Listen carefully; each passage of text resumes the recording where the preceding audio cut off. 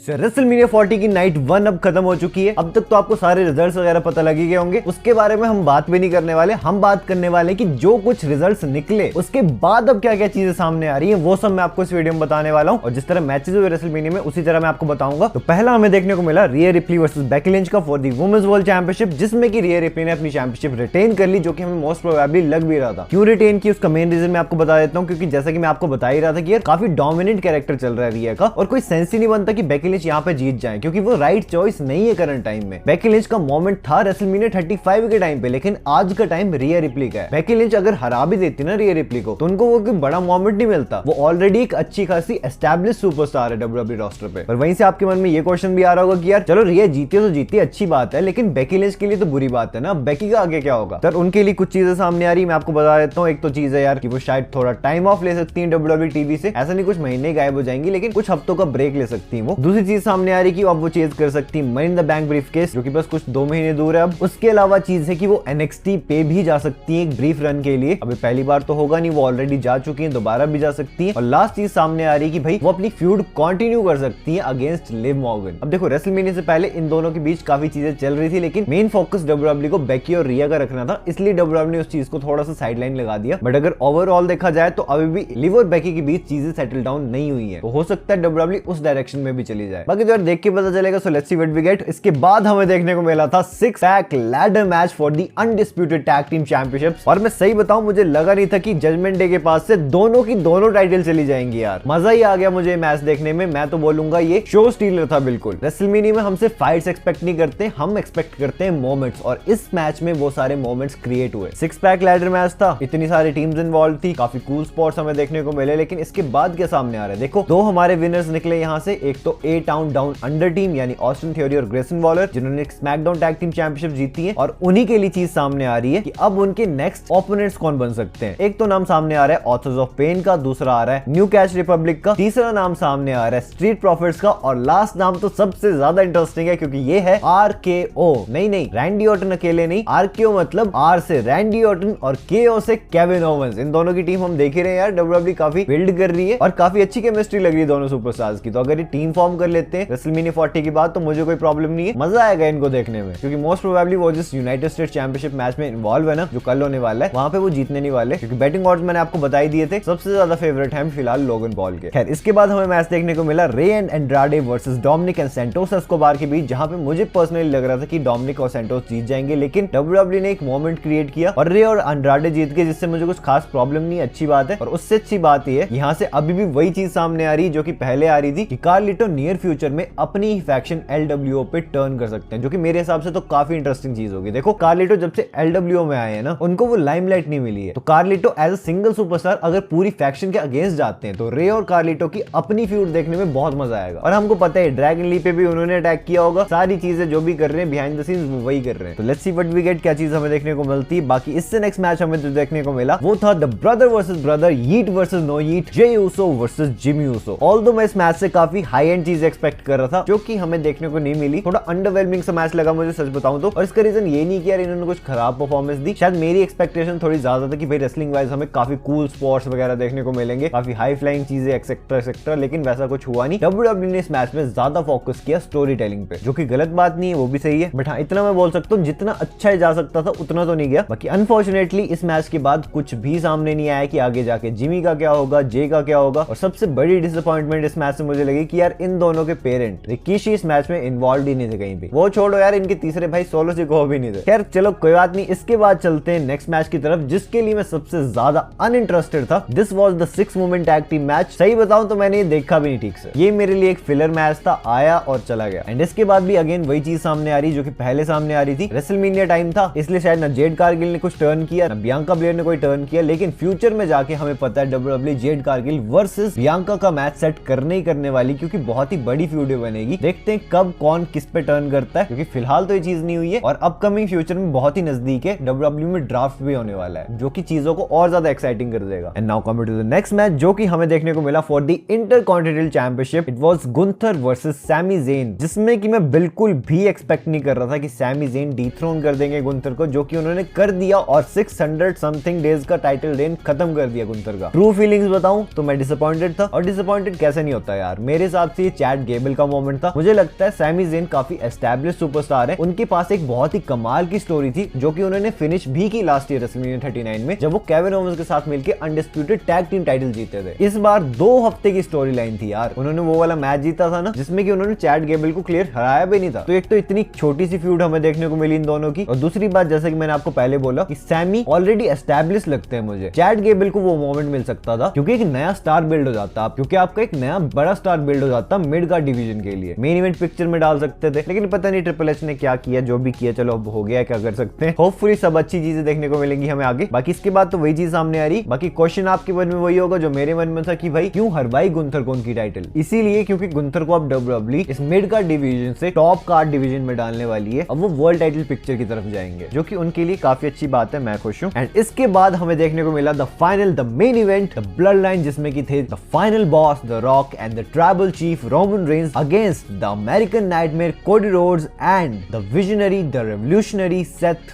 Freaking Rollins. और भाई क्या मैच दिया इन्होंने, एकदम 5 स्टार मैच था। मैं बिल्कुल एक्सपेक्ट नहीं कर रहा था कि द रॉक इतनी अच्छी परफॉर्मेंस देंगे यार। वो 52-53 एज के हैं और वैसे भी 8-10 साल बाद वो रेसल कर रहे हैं प्रॉपर मैच डब्ल्यूडब्ल्यूई में। देखो यार, फिजिकली शेप में होना अलग बात होती है, रेसलिंग शेप में होना बहुत ही अलग बात होती है। जैसे कि वो बता रहे थे कि मैंने बहुत अच्छे से ट्रेन किया है खुद को, वो चीज दिखी भी इस मैच में। उन्होंने प्रूव कर दिया वो पॉइंट कि भाई द रॉक क्यों है। मुझे काफी मजा आया मैच देखने में। इस मैच में मोमेंट्स बने, इस मैच में स्टोरी टेलिंग हुई, इस मैच में अच्छी रेसलिंग भी हुई, कोई स्पॉट नहीं छोड़ा डब्ल्यूडब्ल्यूई ने, अच्छा खासा टाइम भी मिला इस मैच को। बट मेन क्वेश्चन यही कि सेथ और कोडी हारे क्यों? ऑब्वियस सी बात है, ये तो होना ही था। हम ऑलरेडी बात कर चुके थे इस बारे में 10 बार कि भाई ब्लड लाइन अगर नाइट 1 पे जीतेगी तभी तो नाइट 2 इंटरेस्टिंग बनेगी, नहीं तो डब्ल्यूडब्ल्यूई नाइट 2 सेल किस बेस पे करेगी। और मैंने आपको ये भी कहा था कि कोडी रोड्स ही पिन लेंगे, क्योंकि अगर वो पिन लेते हैं ना नाइट 1 पे, तभी तो लगेगा कि यार ये बंदा नाइट 1 पे नहीं जीता, नाइट 2 पे क्या जीतेगा। और तब कोडी रोड्स बिल्कुल अंडरडॉग वाली सिचुएशन से निकल के सारे ऑड्स को बीट करते हुए नाइट 2 पे फाइनली डिथ्रोन कर देंगे रोमन को और बन जाएंगे the new undisputed champion. Although यार सच बोलूं तो मुझे अभी भी बुरा लग रहा है कि रोमन की टाइटल अब जाने वाली है, पर क्या ही कर सकते हैं। देखो आज की मैच के बाद अगर 80% पे थे कोडी रोड्स, तो अब 95% पे पहुंच चुके हैं कि भाई वही जीतने वाले हैं। 5% चांस बचा है रोमन का। अगर उस 5% में से वो पुल ऑफ कर जाते हैं कुछ तो बढ़िया, नहीं तो फिर कोडी ले गए टाइटल। और अब मैं आपको बताता हूँ नाइट 2 पे क्या क्या आप एक्सपेक्ट कर सकते हो, किलर चीजें देखने को मिलेंगी। पहले तो द रॉक ने बता दी जब प्रेस कॉन्फ्रेंस हो रही थी, उनसे किसी ने पूछा कि भाई कल नाइट 2 पे हम कुछ शॉक्स एंड सरप्राइजेस एक्सपेक्ट कर सकते हैं, तो द रॉक ने कहा कि हाँ, अ लॉट ऑफ सरप्राइजेस। और आपको पता ही है कि सबसे ज्यादा रूमर्स किस बात की है, स्टोन कोल्ड स्टीव ऑस्टिन और जॉन सीना। और मुझे पर्सनली लगता है, ये मेरी थ्योरी है, ठीक है, ऐसी कोई रूमर नहीं है, कि स्टोन कोल्ड जॉन सीना जो मर्जी आए, ठीक है, हो सकता है वो रोमन वर्सेस कोडी के मैच के रेफरी बन जाए। मतलब शुरू से नहीं, आज आपने मैच में देखा ना, द रॉक पूरे मैच में रेफरी को अपने अंडर ही चलाए हुए थे कि भाई मेरे हिसाब से चलेगा तो चलेगा, नहीं तो भाई कंपनी से बाहर कर दूंगा। तो कल तो official blood line rules match है यार, तो वहां पे तो द रॉक पूरी चुल करेंगे, वो तो जितना मर्जी इंटरफेरेंस कर सकते हैं, तो रेफरी कर ही क्या पाएगा, कुछ भी नहीं। तो कोडी जीतेंगे कैसे? वो तभी जीत सकते हैं अगर कोडी की साइड से कोई लेजेंड आए लाइक स्टोन कोल्ड या जॉन सीना, और एट दी मोमेंट जब रेफरी साइड लग गया हो तो वो रेफरी की टी शर्ट पहन के वो काम कर दे जो कि नॉर्मल रेफरी नहीं कर पाएगा। आपको कैसी स्पेकुलेशन लग रही है बताना मुझे कमेंट्स में। और सबसे बड़ी न्यूज, सबसे अच्छी न्यूज मैं आपको बताऊं तो आज वो हमें ट्रिपल एच की प्रेस कॉन्फ्रेंस से पता लग गई, जब उन्होंने बताया कि ब्रॉक लेसनर अभी भी कहीं नहीं गए डब्ल्यूडब्ल्यूई से, वो डब्ल्यूडब्ल्यूई का पार्ट है, बस वो अपने घर पे बैठे हुए हैं, ब्रॉक जस्ट बीइंग ब्रॉक। उनके कहने का मतलब था कि भाई वो अपनी किसानी कुसूनी कर रहे हैं, जाते हैं भाई खेत में हल वगैरह चलाते हैं और आ जाते हैं दूध दाद पी के। तो आपको टेंशन लेने की जरूरत नहीं कि ब्रॉक इस केस में उस केस में। अगर वो मेंशन कर रहे हैं ब्रॉक को, तो इसका मतलब है कि ब्रॉक का तो आना पक्का ही है, आज नहीं तो कल। जो कुछ पता लगा मैंने सब आपको बता दिया। बाकी अब मैं आपसे मिलता हूँ नाइट 2 के बाद एक बहुत ही इंटरेस्टिंग टॉपिक के साथ। So until that time, this is Jay